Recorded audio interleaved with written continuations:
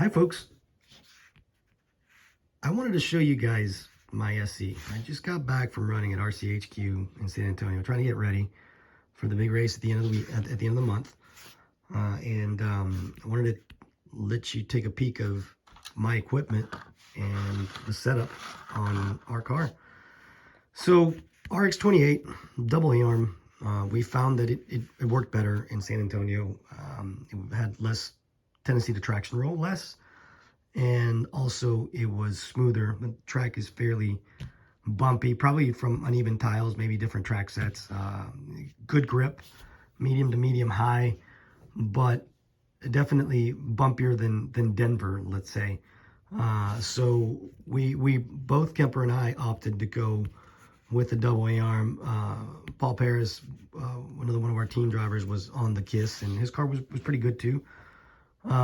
He made some changes to it and kind of took away the traction rolling. Overall, the reason why we stuck with the double wishbone, I think it was just smoother overall, and the cars were so good that we decided to go that route. With that, Kemper ran a pretty practically box stock setup. Obviously, just some adjustments on tweak and droop. I think he was like 1.5 millimeters of ride height in the front, 1 point in the rear. Everything else pretty much box stock, 4 degrees of caster. I was running on the 2 degrees of caster.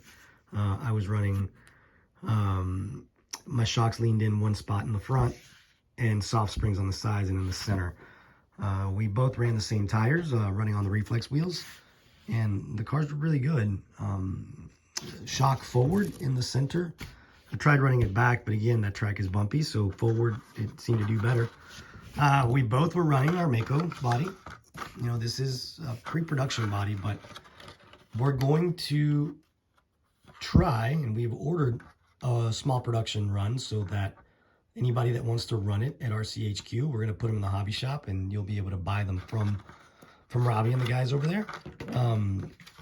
That way, hopefully, we can showcase the body at the event. And we found that it's like super balanced.